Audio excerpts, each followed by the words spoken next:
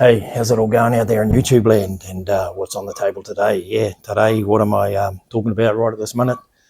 I had a few questions, or had a question actually from somebody who was thinking of getting into fly fishing, and what do they need and what do they need to do, and yeah, just got a bit talking and thought I'd go over my loadout, as it were, and what I take to the river when I go for a day, and that type of thing, and yeah, may be useful to someone, it may not be, but here we are, and here's what we're going to do. Just talk about some of the gear, not in any great depth, but what I will say before we start talking about the gear is two things are really important when thinking about fly fishing.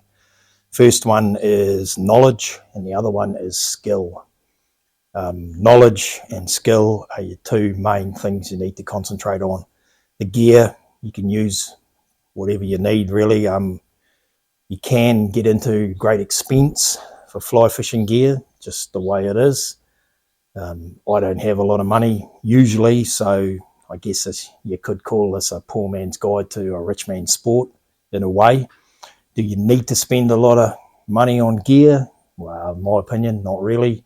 You do have to have a little bit of an outlay, but that's the same with anything you do in life, I guess, for hobby-wise or whatever. Having said that, I did once see a guy and his son getting down to the river, chasing the trout, and all they had was a fishing rod and a few flies. He was in a pair of shorts and his work shirt, a blue one, and not a high vis naturally. And yeah, they caught some good fish and had a good day.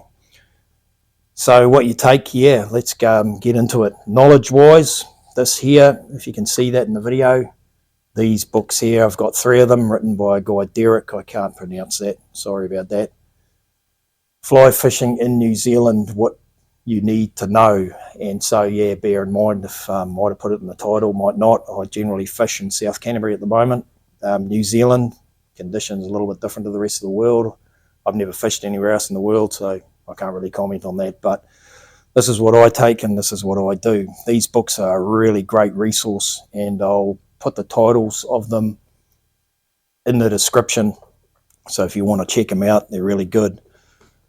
From my point of view, I've been chasing the trout in the rivers of New Zealand and the North Island, and now down in the south for probably 40 years now, and I still refer back to these. I found them probably a couple of years ago.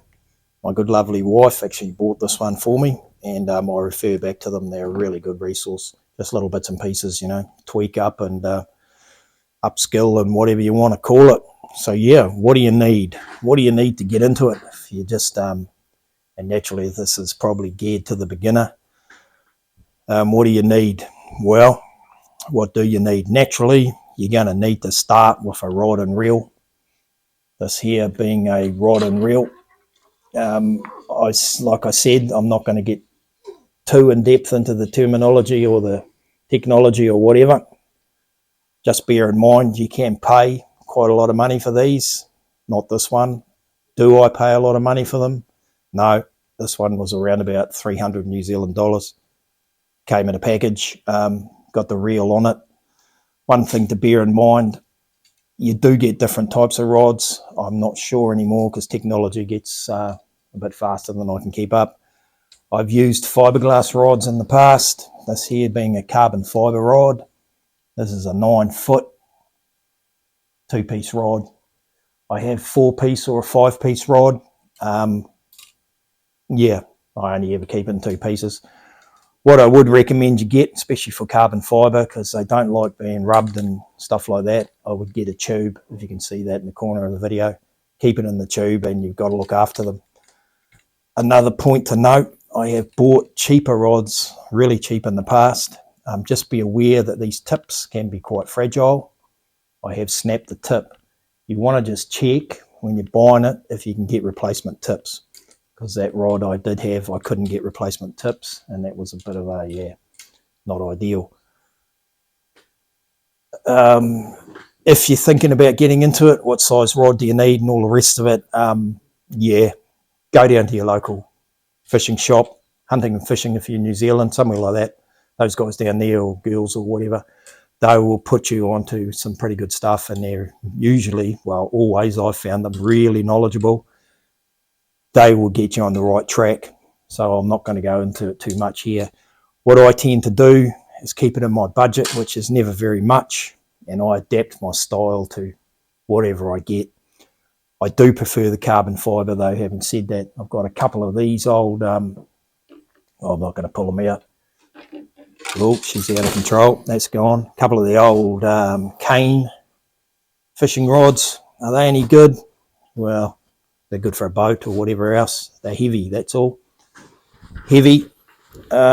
Antiques, really. Good for hanging on the wall. I think my grandfather used them, so I've just keep them for that type of reason. I have used them, yeah, but I prefer these. So that's your rod. You'll get a rod, and it comes back to the skill once again. Once you've got your rod, you need to practice your casting.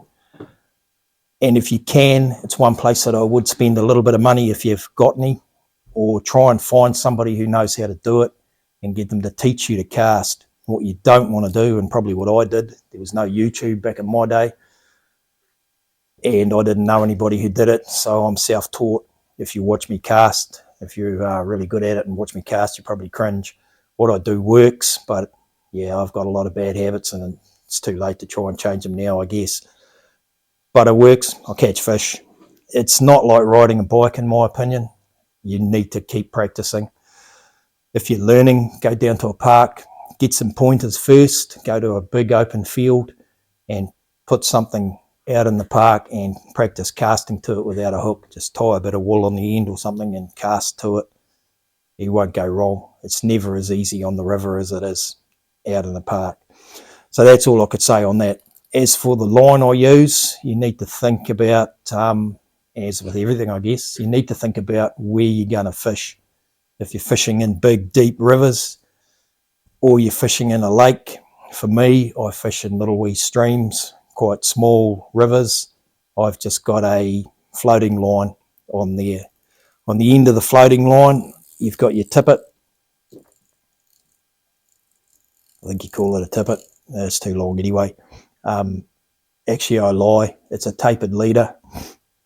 So it's tapered down. I make these. I used to buy tapered leaders, but I found they wound up like this and I couldn't straighten them out.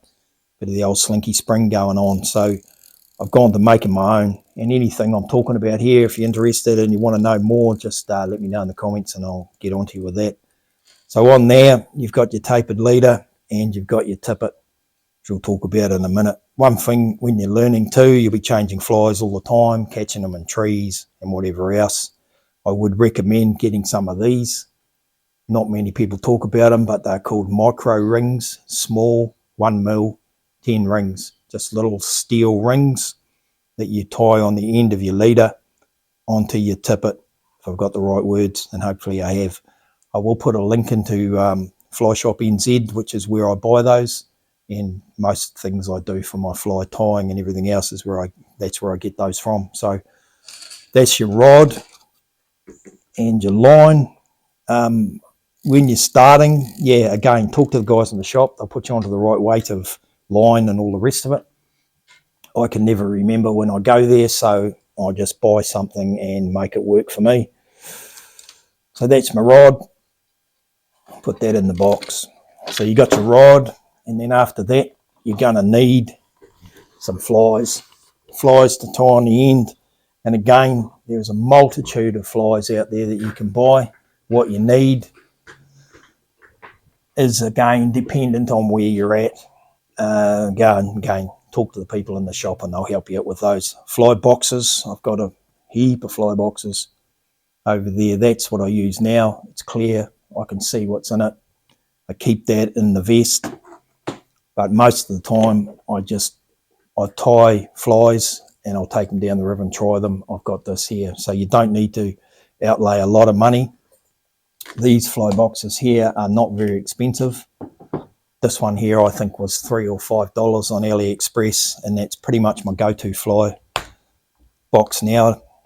Does the job perfectly good, so I'm happy with that. So that's that part. We've done our rod, we've done our line, and done our fly box. So I think we've covered the rod, the flies. Yeah, what do you use? I've just done a little video on what really works good for me down here in South Canterbury. You can have a quick look at that if you wanted to. I'll also take a net, something I have here, just a net. 99% of the fish I catch now release. So if you are looking into getting a net, I would recommend getting the silicone net rather than this, whatever that is, that rope net type thing. It's just a lot easier on the fish and less stress for them if you're going to release them. That's all. So I'd recommend that. I don't always take the net because I don't always need it, but that's what I'll do. You might note this here too. It's a little bug net I put in my vest sometimes. If I go to a river and I'm not sure what they're eating and they're not working, I'll dig this in the river, rummage around a little bit and find out what sort of bugs are in there. And that just helps me match what's in there. So that's that part covered. I would also recommend a good pair of polarized sunglasses. These here being mine, of course. Eyeballs aren't what they used to be, so these are prescription, but yeah, you can get reasonably cheap polarized glasses. It just helps you see in the water a lot better. It also will protect your eyes from the sun naturally, and the odd situation where you'll have a bit of wind or something else and you'll have your fly come back and it'll just protect it from sticking in your eyes. I have had a fly stick in my eyebrow up there and had to leave it in there for the day till I got home, till I could get it out. So that is good for protecting your eyes for that reason. Having stuck it in my head like that, that's another reason why I've got my trusty old fishing hat. So I never go with a wide brim. Yeah, it keeps the sun off me. Some people will take sunscreen, I just take a big hat. Dirty old Cobra. Yeah, love it. Great hat. So we'll put that over there. So those are some of the things that I take. Knives. I made myself a knife here. That's my fishing knife. Yeah, it's good fishing knife there. It's a little bit big. Don't use it very often. Or what I will take is another knife I make is the 4-inch bushcraft. This here being a 4-inch bushcraft. Nice little knife. Put that in there. This one here in particular, it's got a cross carry type thing. You can clip it under your belt. You can stick it on your pack like so. It just stays out of the way and it's a really good thing. So that's some of the hardware out of the way. What else do I take? If I'm going for a wee while, my lovely wife is accompanying me and we need a bit more gear, I'll take this here day pack again, and I'll put a link to where I get all my Army Surplus stuff. It's just an Army Surplus day pack. You can take quite a lot in it, pack heaps in there, cost me very little, and it's worked really, really good. What I did spend a little bit of money, but still less than a expensive fishing vest, is this here. This here being a, what was I saying? What I do and spend not as much as an expensive fishing vest. Had a bit of a blip, I'm having trouble with my camera, but never mind, we'll get there. This here has been a combat vest. Again, Army Surplus, bought it online. Been using it now for probably at least 10 years, and it still looks great. It works really, really good. The reason I take that is I can take hydration when I do. I'm not good at doing that, but I do it. I can fit 2 of these in it, 2 litres of water, get me through the day. I can fit enough food and a cooker in here for a day if I want to go that way. And yeah, I'll fit everything in it, fly fishing flies, everything, and it all sits on the front of me here, and the back is free, so I can jump in the car and move from spot to spot and do whatever I have to do, yeah. So what have I got in it? I've got little clippers for my extra line that I cut off when I'm changing tippets, leaders, whatever, in there. I've got on the other side, where are we? I'm confused now. Here we go. I've got a pair of forceps just for releasing the fish, taking the hooks out. And I've never owned a fishing vest. This is all I've ever owned, but I've got a compass in there. Don't know why, I always have had that. And I've got my tippets in here, I've got my line, whatever I need. Just let me get into here. Give me a second. If you're getting like me, a little bit long in the tooth and you can't see properly, I've got these little magnifying glass things that you put over your glasses like so. And I just put them on the sunglasses so I can tie on the smaller flies. It's a very valuable tool for me. If I lose that, yeah, I'm not tying much on. So that's in there. And a beanie in case it gets too cold as I'm getting a bit softer in my old age. So I put my flies in here. In there I've got floatant. I've got another quite handy tool, floatant cigarette lighter from the days when you used to be able to get cigars here easily, but not anymore.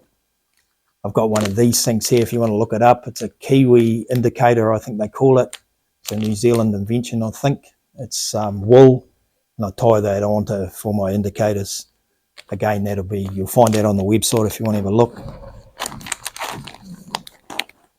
So that's all cool. Sorry about the background noise if you can hear that. So that's in there. And over in this pocket, I've got my tippets. I'll drag those out. Here we go. So I've got £4 there is what I'm using at the moment. This one here is, can't see it, it's a 6/0, I think. And this one here, yep. Yeah, that's a 3.6. And this is a 5/0, which is a 4.8 pound. The lighter stuff I don't like because I lose too many fish. Could be me, but I use the slightly heavier stuff for what I do. Do I need 10 lots of this? No, I don't. If you're going to get into it hardcore, you probably do. But for me, it's all about a day on the river and I catch fish, so I'm not too worried. So that's a really good thing if you're looking into it. You can get a combat vest because you can carry a lot in it, a real lot. So that's that. That's another little bit of hardware. What do I wear on my feet? I don't wear waders because just don't. And so I buy these high-tech Sierras, I think they are. Again, Army Surplus Store. Cost about under 100 New Zealand dollars. I go through one, like a pair of those a season. The bottoms come off, I glue them back up. They get a thrashing in the river. But yeah, they're cheap, comfortable, and last really good. So that's that. There's another thing I can now. We'll move on to the clothes I wear, which isn't much at all. This here being the famous Motorhead t-shirt. Do you need a Motorhead t-shirt? That is a bit of superstition. I've caught more fish in that t-shirt than any other item of clothing I've ever worn, so that goes in the closet and only comes out when my luck is down. That's my lucky fishing t-shirt. This here being the classic Kiwi Swan Dry. You can't beat them. It's a wool blend. That's my rain wet weather gear. Keeps me warm when it's wet. It gets a bit heavy, but yeah, it's a good thing if you're wondering if you want to become a Kiwi and live in Kiwi land. What you need to do, buy a Swan Dry and a pair of red band gumboots, and you're in. That's all you need. So that's that. When it gets really hot, I will wear this shirt. Not for superstitious reasons, but just so it's really good. It sort of keeps you camouflaged a bit. The fish down in this part of the world are quite spooky, and if they see you, they're gone. So you want to be covered up a bit. There's hence the reason too. I buy these cheap DPM pants, and same as these, relatively cheap online. Like used to be around 36 New Zealand dollars. They last pretty good, and they do a really good job. So yeah, so that's about that. So the main key points to take out of that, I guess, is knowledge and skill. If you can spend the money and get someone to teach you who knows how to do it, especially the casting. Casting is an art that you need to learn and learn properly. So if you can get a guide or somebody who knows what they're doing to teach you, that's a good way to go. So that's what I'd spend the majority of my money on if I had any. You can learn it yourself like I did, but yeah, it's always better to do it that way. YouTube's always a good thing, of course. So once again, that's pretty much my basic loadout for a day's fishing. Naturally, you need a vehicle to get there, and if you are unfamiliar with New Zealand, you need to check out where you're fishing and the regulations that go with it. You do need a license, and your ranges will pop up when you least expect it. So it's, yeah, you just get your license because it helps keep the sport going, if you know what I mean. But you do need to check your regulations and be careful about that type of thing. There's plenty of stuff on their websites online, so there's no excuse for getting that wrong. So without much more jibber jabber, it's about all I've got to say. That's sort of what I take, as I've said 100 times. Yeah, so all you want to do is, if you're thinking of getting into it and you're new to fishing, or you want to know more about New Zealand, or you want to know more about what I've been talking about, or anything else you want me to elaborate on, just let me know in the comments. If you want to come to New Zealand, it's a great place to fish, and we do have some good fishing here. Apparently, I've never fished anywhere else in the world, but I really enjoy fishing here and I love it. So, yeah, that's about all I've got to say. So, tight lines, and hopefully we get out and have a better season this season. But yeah, it doesn't really matter. It's just about getting out there and doing it. So, I hope this video's found you safe and well. And yeah, I hope you've enjoyed yourself, enjoyed it, and enjoy your day.